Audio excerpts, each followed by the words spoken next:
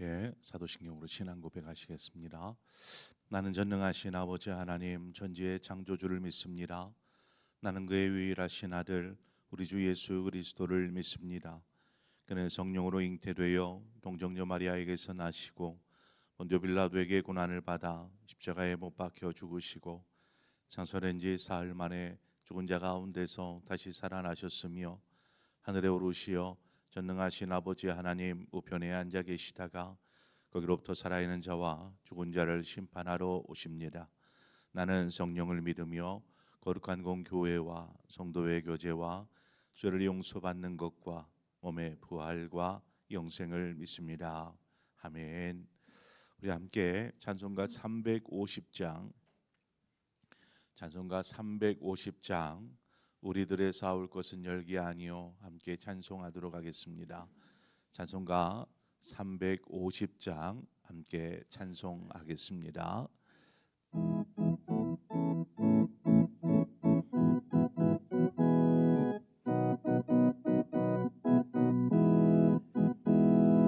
우리들이 싸울 것은 열기 아니요 우리들이 싸울 것은 육체 아니요 마귀 권세 맞서 싸워 깨쳐버리고 죽을 영혼 살릴 것일세 한 마음으로 힘써 나가세 한 마음으로 힘써 싸우세 악한 마귀 군사들과 힘써 싸워서 승전고를 이기까지 우리들이 입은 갑옷 쇠가 아니요 우리들이 가진 검은 강철 아니요 하나님께 받아가진 평화의 복을 거룩하신 말씀이로다 한 마음으로 힘써 나가세 한 마음으로 힘써 싸우세 악한 마귀 군사들과 힘써 싸워서 승전고를 이기까지 악한 마귀 죄 아무리 강할지라도 우리들의 대장 예수 앞서가시니 주저 말고 용감하게 힘써 싸우세 죄의 승리 얻을 때까지 한 마음으로 힘써 나가세 한 마음으로 힘써 싸우세 악한 마귀 군사들과 힘써 싸워서 승전고를 이기까지 죄악 중에 빠진 사람 죄를 뉘우쳐 십자가에 달린 예수 믿기만 하면 위태한 데 빠진 영혼 구원 얻어서 전국 백성 될 것임일세 한 마음으로 힘써 나가세 한 마음으로 힘써 싸우세 악한 마귀 군사들과 힘써 싸워서 승전고를 이기까지.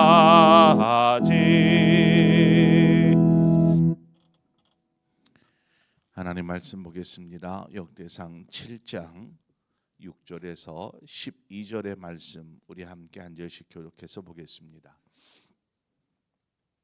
역대상 7장 6절에서 12절의 말씀입니다. 한 절씩 교독하겠습니다. 베냐민의 아들들은 벨라와 바겔과 여디아엘 세 사람이며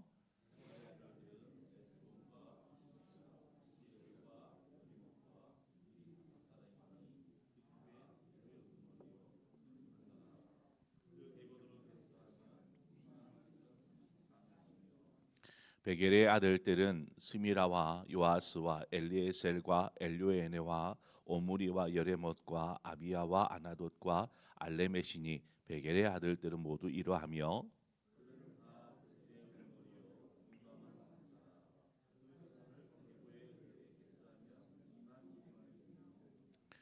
여디아엘의 아들은 비라느요 비란의 아들은 여우스와 베냐민과 에훗과 그나아나와 세단과 다시스와 아이사하리니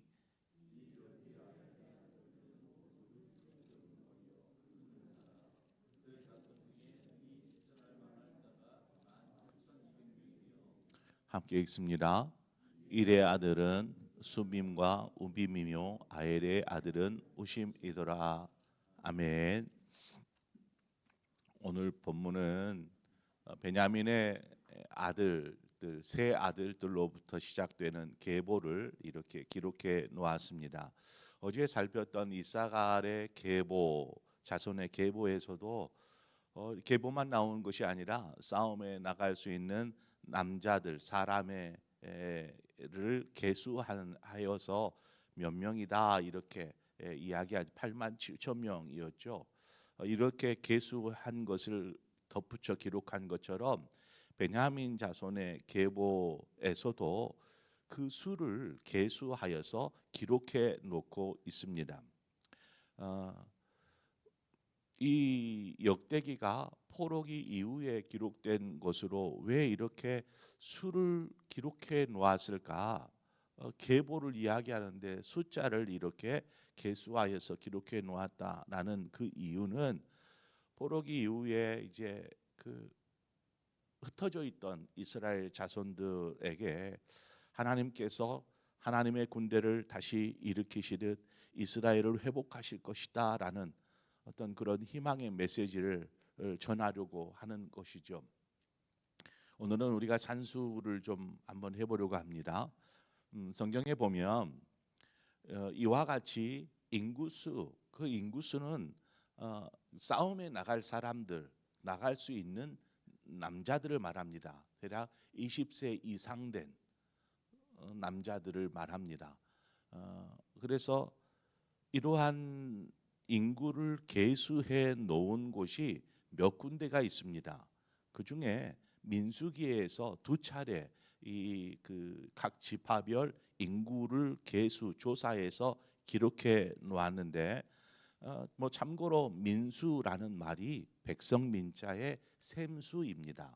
그래서 민수기라는 단어의 뜻이 백성의 수를 세 놓은 기록한 책, 그래서 민수기라고 부릅니다.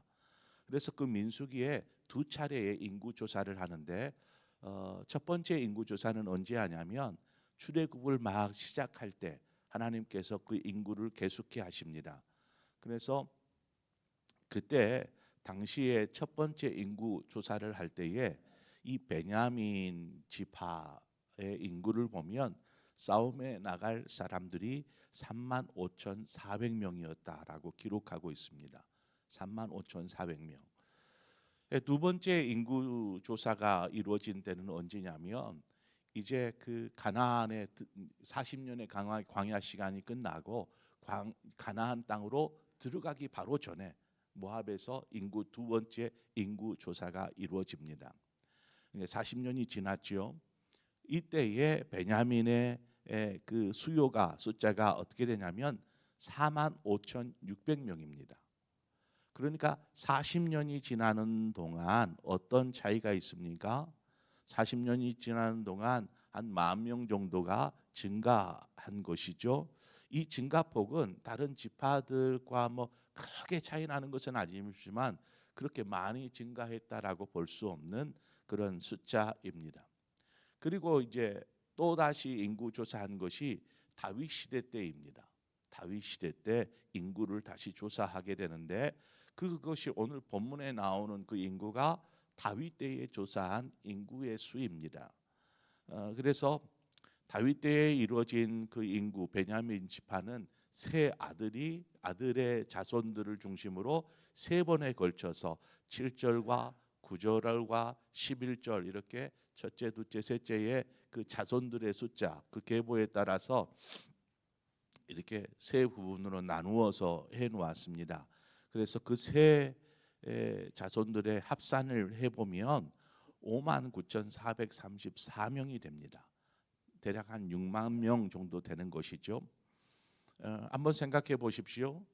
가나안 땅에 들어갈 때까지 그 가나안 땅에 들어가서부터 이 다윗 때까지의 기간이 한 400년 정도 됩니다. 400년. 그런데 400년이라는 시간이 흐르는 동안 베냐민 지파가 어떤 인구의 수가 뭐 증가는 하기는 했지만 거의 뭐 증가폭을 우리가 생각해 볼 수가 없죠. 왜냐하면 두 번째 할 때가 45,600명이었는데 400년이 지나서 6만 명 되었다라는 것입니다. 그러니까 그 증가가 거의 없었다라고 볼 수 있을 만큼 이 400년이라는 시간을 더하면 그렇게 생각이 됩니다. 그런데 거기에는 분명한 이유가 있습니다.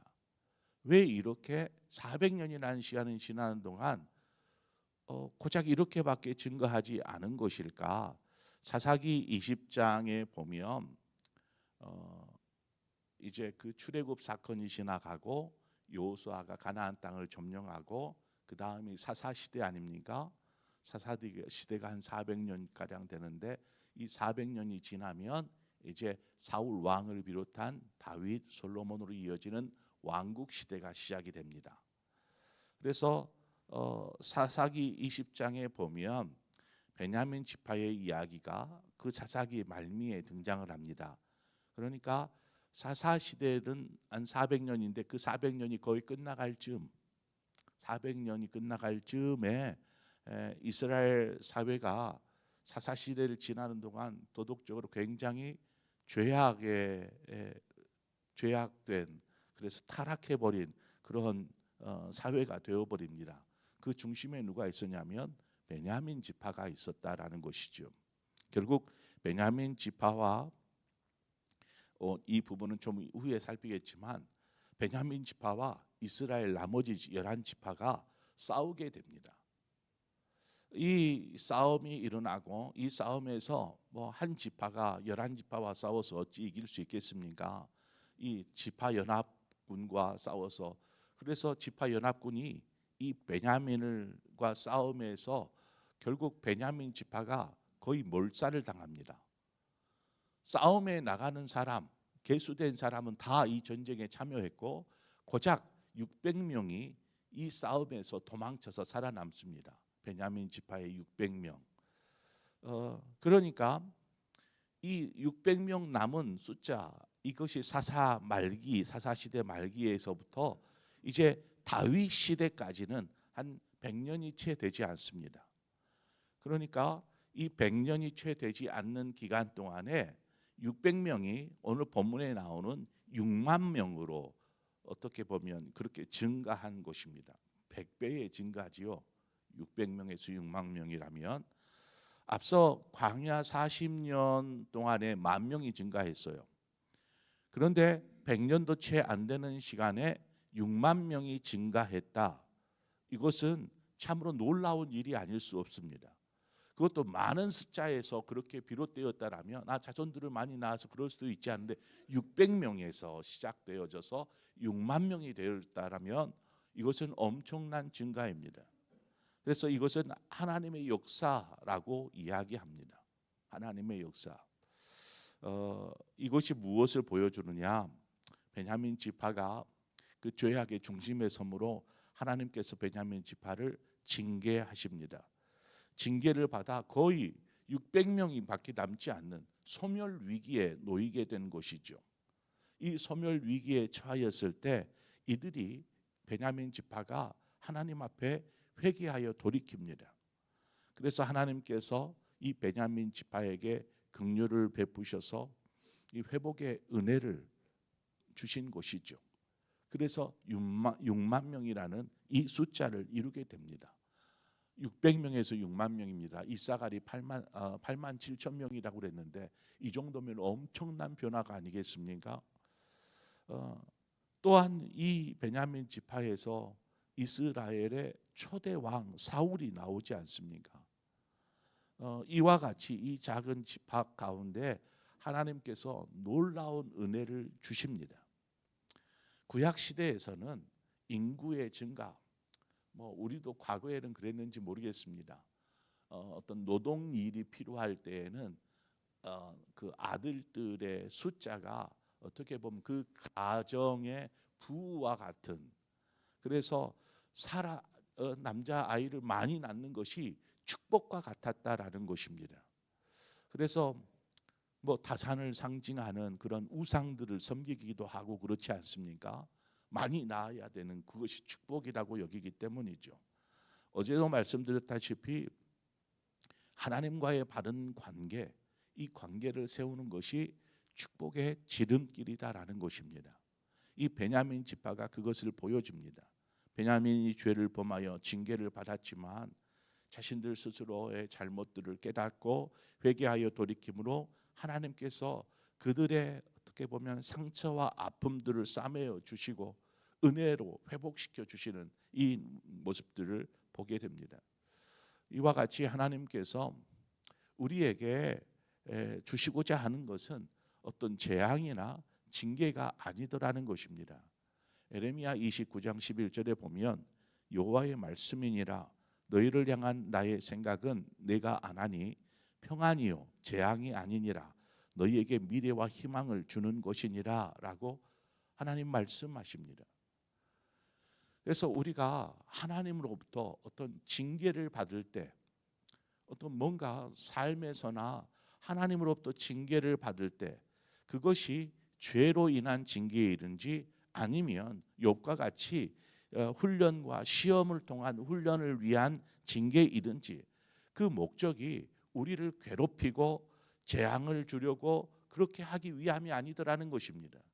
하나님의 징계는 우리로 하여금 하나님 앞에 바르게 서도록 하기 위함, 하나님께 돌이키게 하기 위함이다라는 것이고, 그러한 징계를 통해서 우리에게 생명과 축복된 삶으로 인도하시는, 바로 그것이 하나님이 우리를 이끄시는 하나님의 방식이더라는 것입니다. 그래서 베냐민 지파가 이와 같은 은혜들을 통해서 지금 이렇게 다시금 정상적이지는 않지만 거의 정상 수준의 궤도에 이르는 것을 우리는 보게 됩니다. 무엇보다도 앞서 이제 그 사사기에 왜 베냐민하고 이스라엘 나머지 연합 지파가 싸우게 되었는지 이 내용을 좀 잠깐 살피자면 그 일로 인해서 거의 소멸 위기입니다. 600명 남았다. 그렇다라는 것은 남자가 이제 거의 사라져 버렸다. 베냐민 지파에 이렇게 보아도 과언이 아닌 그러한 숫자, 거의 소멸의 큰 위기를 겪게 된 것이죠. 이것은 어떤 죄악됨, 이 죄악의 만연함으로 인해서 시작된 것인데, 그 시작은 베냐민 지파가 자신들의 혈기를 주체하지 못하였기 때문에 그렇습니다. 베냐민과 이스라엘 연합 지파의 싸움은 별로 그 시작은 별로 중요한 뭔가 대단한 갈등과 대립이 있어서도 아니었습니다. 그거 시작은 보면 그 베냐민 지파의 불량배들이 그 행한 그 죄악된 행동, 불량배들이 그 죄악된 행동들을 합니다. 그 레위 지파 한 사람에게 행한 일, 그래가지고 그 레위 사람이 자신의 아내에게 이 불량배들이 행한 일로 인하여서 남은 지파들에게 이 이야기들을 전합니다. 내가 이러이러한 일을 베냐민 지파의 그 마을에 거하면서 당했다. 그러니까 이 이스라엘 나머지 지파들이 일어나서 베냐민 지파에 무슨 일이냐, 이거 무슨 일이냐라고 따져 묻습니다. 그런데 베냐민 지파 사람들이 들으려고도 하지 않습니다. 뭔 소리냐, 나는 모르겠다 하면서 그냥 귀를 닫아버리죠. 그래서 결국 이스라엘 지파들이 연합군을 형성하여서 다시 한번 이야기를 하려고 옵니다. 야, 불량배들을 우리에게 내달라. 그런데 베냐민 지파가 연합군이 우리와 싸우려고 한다. 자, 우리 남자들 모여라 해가지고 싸우는 것입니다. 그래가지고 거의 소멸의 위기까지 간 것이죠. 바로 그렇습니다. 그 이야기의 시작은 몇몇 불량배들이 행한 죄악된 행동들, 그리고 그들에게 대해서 그 죄악에 대해서 우리가 징계하겠다라는 이유로 그 남은 연합지파가 이야기할 때에 들으지도 않고 그냥 혈기에 못 이겨서 너희들이 우리와 싸운다고? 우리들도 용사들이야 하면서 싸우는 것이죠. 결국 패배하고 그리고 멸망의 위기에 처하는 것입니다. 여기에서 이제 또 한 가지 우리가 알 수 있는 것은 우리 역시 별것도 아닌 일, 어떻게 보면 그냥 간단히 그냥 마음으로 어떤 대화 몇 마디면 그냥 끝나버릴 일, 그런 별것도 아닌 일이 그것이 곪고 골마서 나중에는 어떤 감정 싸움으로 나아가고 결국에는 막 대립과 갈등으로 이어지게 되는 그러한 경우들을 우리 많이 보지 않습니까? 우리도 겪게 되고, 우리가 온유한 마음과 지혜로운 말 한마디가 화해와 평화를 가져오는 것이죠. 그래서 잠언 16장 32절처럼 노하기를 더디하는 자는 용사보다 낫고 자기의 마음을 다스리는 자는 성을 빼앗는 것보다 나으니라 말씀하신 것처럼, 찬송했던 건 우리의 싸움은 혈기가 아니고 그것처럼 우리가 어떤 이 문제로 인하여서 베냐민 지파가 참으로 큰 교훈을 얻었을 것입니다. 우리가 너무나 혈기를 부려서 이야기해 보지도 않고 또 죄악의 만연한 속에서 우리가 머물러 있으므로 하나님이 우리를 징계하셔서 이와 같은 그런 너무나 힘든, 이제 왕따가 되어버린 거잖아요. 11지파에 비하면 하나로 혼자만 남아서, 그것도 이제는 600명 남은 이 남자들의 숫자, 이와 같은 큰 위기 속에서 저들이 다시 한번 돌이키고 회복하여서 하나님께서 이 베냐민 지파를 기억하시고 그곳에서 왕이 나오게 하시고 그 지파를 다시금 일으켜 세우셔서 오늘 본문과 같이 6만 명 가까이 이르는 그러한 그 지파의 계수를 이루게 하여 주신 것을 우리는 보게 됩니다.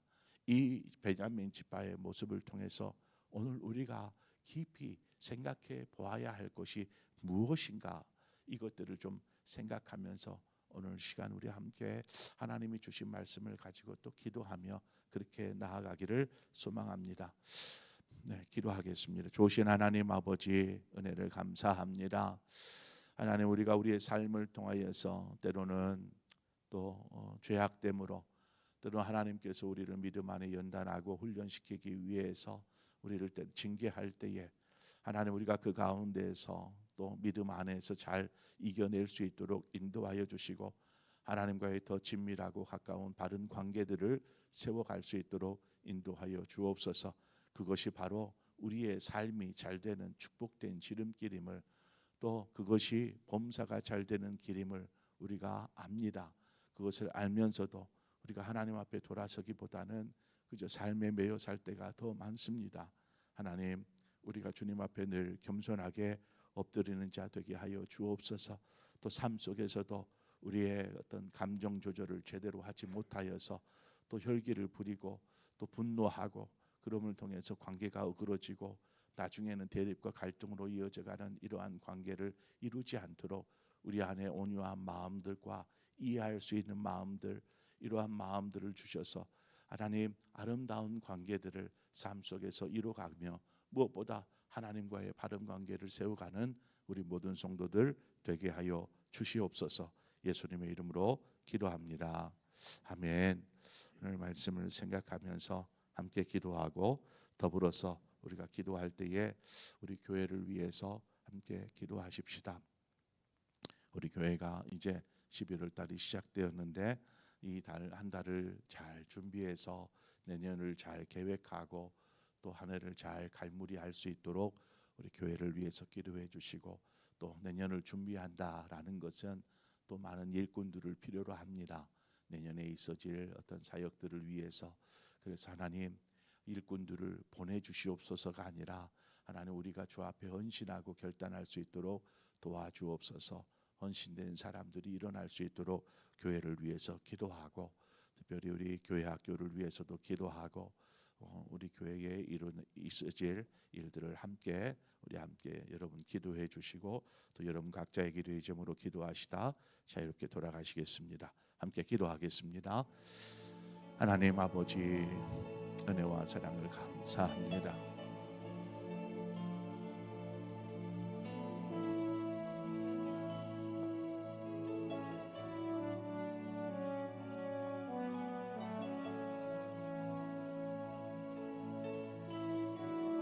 하나님